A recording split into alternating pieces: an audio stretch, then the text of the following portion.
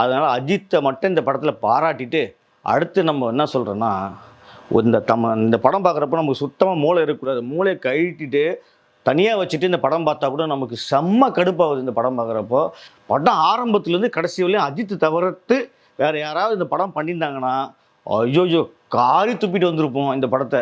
ஆனால் அந்தளவுக்கு ஒரு மோசமான படமாக இது நமக்கு இருந்தது. ஏன்னா காலையில் ஒரு 200 ரூபாய் கொடுத்துட்டு நான் படம் பார்த்தேன்.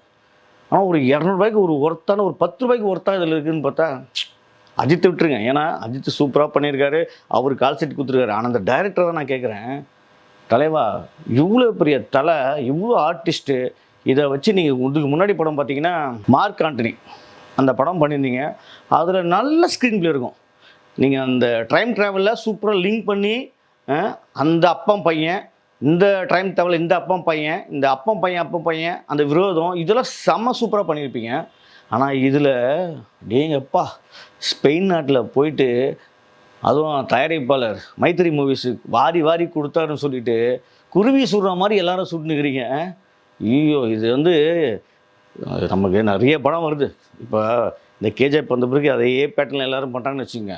அது கூட ஒரு ரீசன் இருக்குங்க. அந்த ஒரு விஷயம் அங்கே நடக்கும், அது பண்ணுவோம். ஆனால் இதில் சம்மந்தம் வில்லனுங்க எல்லாருமே பார்த்திங்கன்னா அந்த அர்ஜுன் தாஸ் ஒருத்தரையே பார்க்க முடியாது. அது 2 பேரும் போட்டு டபுள் ஆக்ஷனாக பேசிகிட்டே இருக்கார்.